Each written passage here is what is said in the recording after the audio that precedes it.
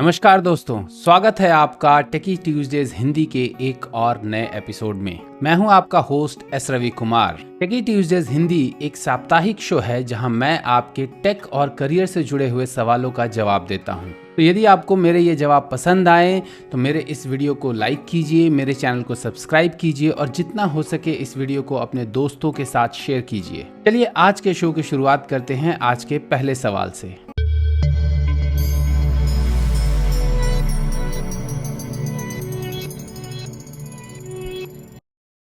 आज का पहला सवाल है श्रवण बाना का। वो पूछते हैं विच डेटाबेस इज बेस्ट इन 2022, यानी कि 2022 में कौन सा डेटाबेस सबसे बढ़िया है। श्रवण, इस सवाल का कोई भी फिक्स्ड जवाब नहीं है, क्योंकि सबसे बढ़िया जो है वो इस बात पे डिपेंड करता है कि आपके रिक्वायरमेंट्स को या कंपनी के रिक्वायरमेंट्स को कौन सा डेटाबेस कंप्लीटली पूरी तरीके से सेटिस्फाई करता है।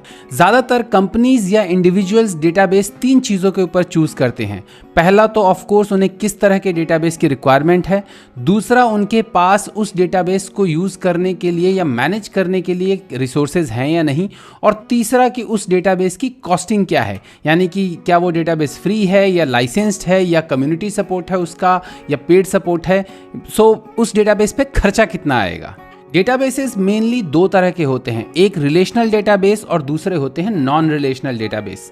प्राइमरली मैं पहले ये बता दूं कि डेटाबेस होते क्या हैं। डेटाबेस असल में हम कहते हैं उन सिस्टम्स को जहां पर कि हम अपना डेटा स्टोर करते हैं। डेटा यानी कि आप जब भी कोई एप्लीकेशन यूज़ करते हैं तो उसमें जो भी डेटा फीड करते हैं उस डेटा को जहां हम स्टोर करते हैं उसको हम डेटाबेस कहते हैं। सबसे सिंपलेस्ट फॉर्म ऑफ डेटाबेस होगा आपका एक्सेल फाइल। अगर आप कोई एक्सेल में लिस्ट बनाते हैं तो that is again A data और एक्सेल इज योर डेटाबेस। उसके बाद एक्सेल के बाद जो एक फॉर्मल रिलेशनल डेटाबेस हम जिसे कहते हैं वो होता है आपका एमएस एक्सेस। उसके अलावा और भी बड़े बड़े डेटाबेसेस हैं। तो अगर आपको रिलेशनल डेटाबेस की ज़रूरत है तो रिलेशनल डेटाबेस आप अपने रिक्वायरमेंट के हिसाब से चूज़ कर सकते हैं। अगर आपको रिलेशनल डेटाबेस की ज़रूरत है और आपके पास कम पैसे हैं, कम पैसे यानी कि आप ज़्यादा लाइसेंस फीस नहीं देना चाहते, सर्वर पे ज़्यादा होस्टिंग फीस नहीं देना चाहते हैं, तो उस केस में आप ओपन सोर्स या फ्री रिलेशनल डेटाबेसेस यूज़ कर सकते हैं, जैसे कि MariaDB हो गया, MySQL हो गया, PostgreSQL हो गया। यदि आपके पास पैसे की कोई कमी नहीं है या आपके पास फंडिंग है या आप बेसिकली किसी एंटरप्राइज में हैं और वहाँ पर आपको डेटाबेस चूज़ करना है, यानी कि आप लाइसेंस फी अफोर्ड कर सकते हैं, उस केसेस में आप पेड रिलेशनल डेटाबेस यूज़ कर सकते हैं, जैसे कि SQL सर्वर या Oracle। अब दूसरे तरह के डेटाबेस की बात करते हैं जिसको हम कहते हैं नो सीक्वल डेटाबेसेस। कई लोग इसको डॉक्यूमेंट डेटाबेसेस भी कहते हैं। सो नो सीक्वल डेटाबेसेस वो होते हैं जहां पर कि हम रिलेशनल डेटा नहीं बल्कि स्टैटिस्टिकल डेटा या आप ये कहें कि नॉन टेबुलर डेटा हम स्टोर करते हैं, चाहे ऑब्जेक्ट के फॉर्म में हो गया, चाहे फाइल के फॉर्म में हो गया, चाहे की वैल्यू स्टोर के फॉर्म में हो गया। अब यदि आप फ्री के नो सीक्वल डेटाबेसेस की बात करें तो फ्री के नो सीक्वल डेटाबेसेस में आते हैं Cassandra DB, MongoDB, CouchDB, RavenDB। ये सारे databases free and open source I. आई थिंक Mongo के बारे में मैं बहुत ज़्यादा क्लियर नहीं हूँ, लेकिन मोस्ट ऑफ द केसेस में ये सारे databases free and open source है, जिनको कि आप इजीली कहीं पर भी होस्ट कर सकते हैं, अपने लोकल मशीन पर या किसी सर्वर पर होस्ट कर सकते हैं। ईजिली तो नहीं, ऑफ कोर्स आपको एक्सपर्ट होना पड़ेगा इनको इंस्टॉल होस्ट वगैरह करने में। सो आप इनको कहीं पर भी होस्ट वगैरह करके आप यूज कर सकते हैं किसी भी ऑपरेटिंग सिस्टम में। Most of them are cross platform. अब रिलेशनल डेटाबेस की तरह ही यदि आपको पैसे की कोई इशू नहीं है, आप अगर एंटरप्राइज में यूज़ करना चाहते हैं तो आप लाइसेंस्ड या पेड नो सीक्वल डेटाबेसेस भी यूज़ कर सकते हैं, जैसे कि MongoDB का पेड वर्जन आता है। MongoDB Atlas करके एक बहुत ही पॉपुलर प्रोडक्ट है। उसके अलावा आप CouchDB का पेड वर्जन यूज़ कर सकते हैं, या Cosmos DB जो कि माइक्रोसॉफ्ट का नो सीक्वल डेटाबेस है उसको भी आप यूज़ कर सकते हैं। तो प्राइमरी ये चीज़ आपके रिक्वायरमेंट्स पर, रिसोर्स अवेलेबिलिटी पर और आपके एफोर्डेबिलिटी पर डिपेंड करता है कि कौन सा डेटाबेस आपके लिए बेस्ट है। अगला सवाल रक्षिता का है। वो पूछती हैं, what are the steps I can take to switch my domain from a software developer to becoming a consultant. I am currently working as a developer and want to move to the business management side of a company. यानी कि वो एक developer के तौर पर एक company में काम करती हैं और वो बिजनेस मैनेजमेंट साइड में या कंसल्टिंग साइड में शिफ्ट करना चाहती हैं अपने डोमेन को, तो उसके लिए उनको क्या स्टेप्स फॉलो करने होंगे। रक्षिता, डेवलपमेंट से बिजनेस मैनेजमेंट या बिजनेस कंसल्टिंग साइड में मूव करना 1-2 दिन का काम नहीं है या तुरंत का काम नहीं है, उसमें आपको टाइम देना पड़ेगा। पहला तरीका तो मूव करने का ये हो सकता है कि आप जिस कंपनी में हैं या किसी ऐसी कंपनी को ज्वाइन करें जो कि कोई किसी पर्टिकुलर बिजनेस में प्रोडक्ट बनाती हो और उस प्रोडक्ट में आप शुरू से लेकर के एटलीस्ट 4-5-6 साल तक उस प्रोडक्ट में काम करें और उस प्रोडक्ट के रिक्वायरमेंट्स को समझें और धीरे धीरे from developer to business analysis from developer to project manager और to team lead to project manager to business analyst, इस तरह के तौर पे आप अपने आप को प्रमोट करें, धीरे धीरे उसके बिजनेस को समझें, उसके बिजनेस रिक्वायरमेंट्स को समझें और डेवलपमेंट की बजाय बिजनेस एनालिस्ट साइड में ज़्यादा इन्वॉल्व हों और उसको पढ़ें और ग्रो करें। ऑफ कोर्स इस काम को करने में आपको कम से कम भी तो 5, 6, 7 या 8 साल लग सकते हैं। दूसरा तरीका आपके पास ये है जो कि सबसे अच्छा और थोड़ा कम टाइम लेने वाला तरीका, वो ये है कि आप कैट की प्रिपरेशन कीजिए। कैट की प्रिपरेशन करके आप किसी भी IIM से या ISB से MBA कीजिए, फुल टाइम MBA कीजिए किसी भी पर्टिकुलर बिजनेस में, और फिर आप बड़े आराम से वहीं से कैंपस प्लेसमेंट के द्वारा किसी भी कंसल्टिंग कंपनी में एज ए बिजनेस कंसल्टेंट और as a business manager join कर सकते हैं। क्योंकि ज़्यादातर कंसल्टिंग साइड में इन सब ब्रांड्स का यानी कि MBA फ्रॉम IIM और ISB का बहुत ज़्यादा वैल्यू होता है। और ज़्यादातर कंपनीज़ जो कंसल्टिंग कंपनीज़ होती हैं, बड़ी कंसल्टिंग कंपनीज़ हो गई या आपकी सॉफ्टवेयर कंसल्टिंग कंपनीज़ भी जो हो गई, वो भी जो है वो इन पर्टिकुलर IIM से या ISB से, इन मैनेजमेंट कॉलेजेस से कैंडिडेट्स जो है वो हायर करती हैं एज ए बिजनेस मैनेजर और बिजनेस एनालिस्ट। तीसरा ऑप्शन आपके पास ये है, यदि आप ब्रेक नहीं लेना चाहते हैं तो आप अपने जॉब के साथ ही एग्जीक्यूटिव MBA कर सकते हैं। आइदर आप IIM लखनऊ या कई सारे IIM हैं जो कि एग्जीक्यूटिव MBA प्रोवाइड करते हैं। आप किसी भी अच्छे इंस्टीट्यूट से या अच्छे कॉलेज से आप एग्जीक्यूटिव MBA कर सकते हैं अपने जॉब के साथ साथ ही, और उसके बाद आप बिजनेस एनालिस्ट के जॉब के लिए कहीं पर भी अप्लाई कर सकते हैं, आप MBA करने के बाद ऑफ कोर्स, ताकि ये आपका जो क्वालिफिकेशन जो है वो आपके जॉब के साथ मैच करे। अगला सवाल वृषभ का है। वो पूछते हैं, for which profession is Mac studio built. यानी कि मैक स्टूडियो किस प्रोफेशन के लिए बिल्ड किया गया है। वृषभ के सवाल के जवाब देने से पहले मैं आपको बता दूं कि मैक स्टूडियो क्या है। मैक स्टूडियो असल में एप्पल द्वारा लॉन्च किया गया नया डेस्कटॉप कंप्यूटर है जो कि अभी एप्पल ने कुछ ही दिन पहले अपने इवेंट में लॉन्च किया है। वो एक बहुत ही पावरफुल डेस्कटॉप कंप्यूटर है जिसमें कि उन्होंने अपना लेटेस्ट M1 चिप यानी M1 अल्ट्रा प्रोसेसर जो है वो लगा करके दिया हुआ है। अब आते हैं ऋषभ के सवाल पर कि मैक स्टूडियो किस प्रोफेशन के लिए ज्यादा बेहतर है। देखो भाई ऋषभ, आपके सवाल का जवाब इस प्रोडक्ट के नाम में ही है। ये प्रोडक्ट उन लोगों के लिए बनाया गया है जो कि स्टूडियो में काम करते हैं। और स्टूडियो में कौन से लोग काम करते हैं?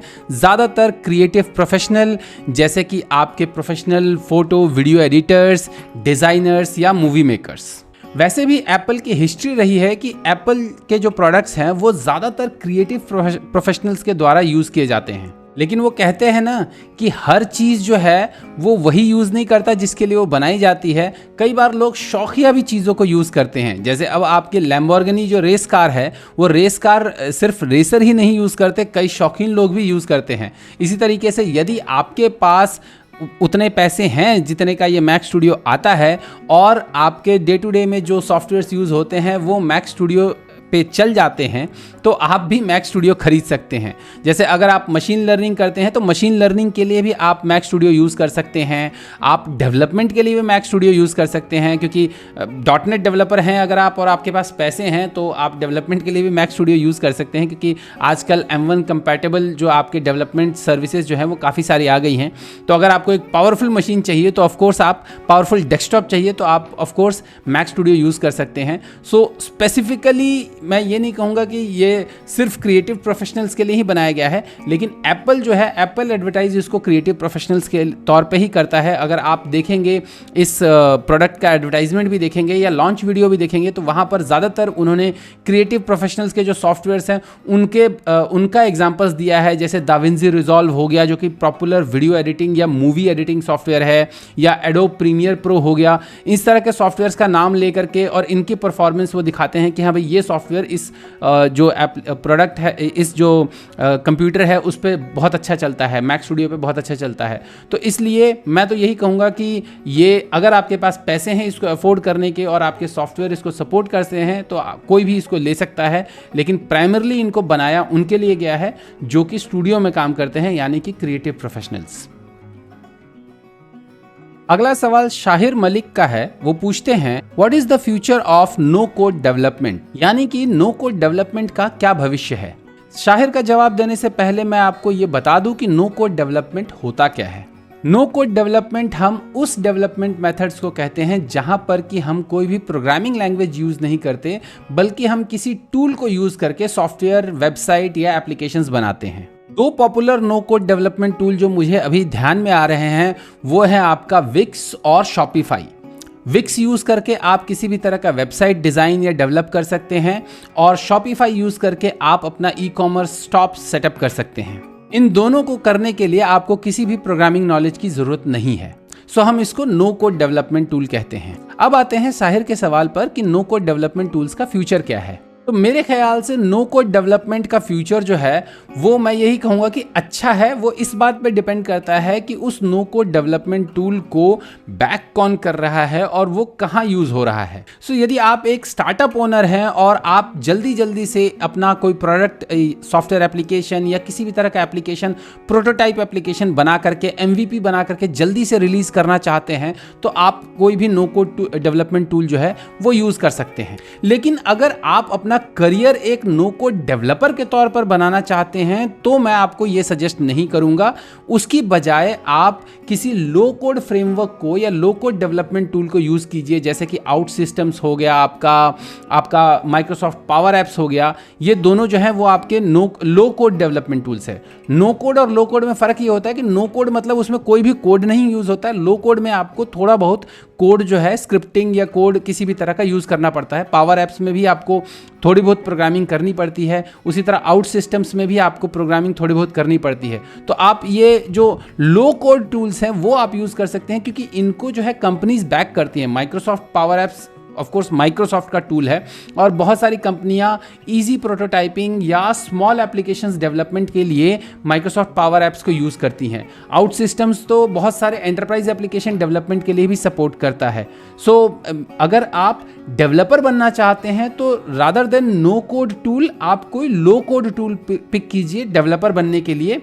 लेकिन अगर आप कोई स्टार्टअप ओनर हैं या आप कोई प्रोडक्ट बनाना चाहते हैं जल्दी से जल्दी, तो मेरे ख्याल से आप कोई भी नो कोड टूल यूज़ कर सकते हैं। और रही बात फ्यूचर की, तो जी हाँ, नो कोड टूल तो फ्यूचर में भी रहने वाले हैं। इनफैक्ट लोग नए नए नो कोड टूल्स लेकर के जल्द से जल्द आते रहेंगे, क्योंकि हर किसी को जो है वो जल्दी से प्रोडक्ट मार्केट में लाना बहुत पसंद है। तो नो कोड टूल ज़्यादातर वो लोग जिनको कि प्रोग्रामिंग पसंद नहीं है या वो जल्दी से अपना MVP बनाना चाहते हैं, वो लोग नो कोड टूल को ज़्यादा प्रेफर करते हैं। सो नो कोड टूल हमेशा मार्केट में रहेंगे और पॉपुलर भी होंगे और उनको लोग यूज़ भी करेंगे। So no code tool as a business बहुत अच्छा है, लेकिन एज ए मैं ये कहूँगा कि करियर, अगर एज ए डेवलपर आप किसी पर्टिकुलर नो कोड टूल के डेवलपर बनना चाहते हैं तो वो मैं सजेस्ट नहीं करूँगा। वो फ्यूचर जो है वो उतना फ्यूचरिस्टिक नहीं है या वो फ्यूचर में उतना अच्छा नहीं है, क्योंकि मोस्ट ऑफ द केसेस में होता क्या है कि नो कोड टूल्स के जो है पर्टिकुलर लाइफ साइकिल होती है, वो कुछ दिन चलते हैं फिर उसके बाद बंद हो जाते हैं। डिपेंड करता है कि कितनी बड़ी कंपनी ने उसको बैकअप किया हुआ है। तो आप ये देखिए देखिए कि नो कोड टूल को बैक कौन सी कंपनी कर रही है। अगर वो कंपनी बहुत अच्छी है और पुरानी है तभी आप उसमें एज ए डेवलपर यूज जा सकते हैं। लेकिन ओवरऑल मैं यही कहूँगा कि नो कोड टूल्स का फ्यूचर जो है वो नॉर्मल एवरेज है। They are going to stay here in future और नए नए नो कोड टूल्स भी आते रहेंगे। अगला सवाल हर्षित बंसल का है। वो पूछते हैं what should I do to get a project release in HCL? I have been working in same project, first one from last 18 months and I am bored with the same task. I am in support role and want to switch to a development role. Please advise. यानी कि वो HCL में पिछले 18 महीने से एक support role वाले project पर काम कर रहे हैं और वो अपने उस काम से बोर हो चुके हैं और वो किसी डेवलपमेंट रोल में जाना चाहते हैं। तो वो ये जानना चाहते हैं कि HCL में प्रोजेक्ट चेंज करने के लिए उन्हें क्या करना चाहिए। हर्षित, अनफॉर्चुनेटली कहने के लिए तो बहुत सारी कंपनीज में, इनफैक्ट HCL में भी HR पॉलिसी ये है कि आप, जैसे कि आपने लिखा 18 महीने से आप एक प्रोजेक्ट में काम कर रहे हैं और HCL में भी शायद ये पॉलिसी है कि अगर आप 18 महीने या 2-2.5 साल से एक ही प्रोजेक्ट में काम कर रहे हैं तो आप प्रोजेक्ट चेंज कर सकते हैं और किसी और प्रोजेक्ट में जा सकते हैं। लेकिन अनफॉर्चुनेटली कंपनीज जो हैं या मैनेजर्स, मैं कहूँ कि ज़्यादातर कंपनीज के मैनेजर जो हैं वो इस चीज़ को उतना ज़्यादा एनकरेज नहीं करते हैं या अपने लोगों को, डेवलपर्स को उतना ज़्यादा एनकरेज नहीं करते हैं। अगर उनके पास कोई अच्छा रिसोर्स होता है या एवरेज रिसोर्स भी जो होता है उसको वो अपने पास ही रखना चाहते हैं, वो रिलीज़ नहीं करते हैं दूसरे प्रोजेक्ट में जाने के लिए। सो ये चीज़ आपके लिए बहुत ज़्यादा टफ है और मेरा सजेशन आपके लिए ये रहेगा कि आप पहले तैयारी कर लें डेवलपर रोल के लिए। जिस भी रोल के लिए आप जाना चाहते हैं उस रोल के लिए पहले तैयारी कर लें। मैंने ऑलरेडी एक जॉब चेंज का वीडियो बनाया हुआ है कि जॉब चेंज करने के लिए स्टेप बाय स्टेप प्रोसीजर कि आप किस तरीके से जॉब चेंज की तैयारी करें। तो आप वो वीडियो देख सकते हैं और उस वीडियो को देख करके आप जॉब चेंज की तैयारी करें, क्योंकि आप यही सोच करके चलें कि आप जॉब चेंज कर रहे हैं। आप ये मत सोचिए कि आप HCL में ही दूसरे प्रोजेक्ट में मूव कर रहे हैं। आप यही सोच करके चलिए कि आप जॉब चेंज कर रहे हैं। सो आप जॉब चेंज की तैयारी कीजिए पहले अच्छे से। जब आप तैयारी कर लें, जब आप उस डेवलपर रोल के लिए तैयार हो जाए, तो आप अपने मैनेजर से बात कीजिए कि क्या मैं किसी डेवलपर प्रोजेक्ट में मैं मूव कर सकता हूं, क्या आप मुझे रिलीज़ कर सकते हैं कि नहीं।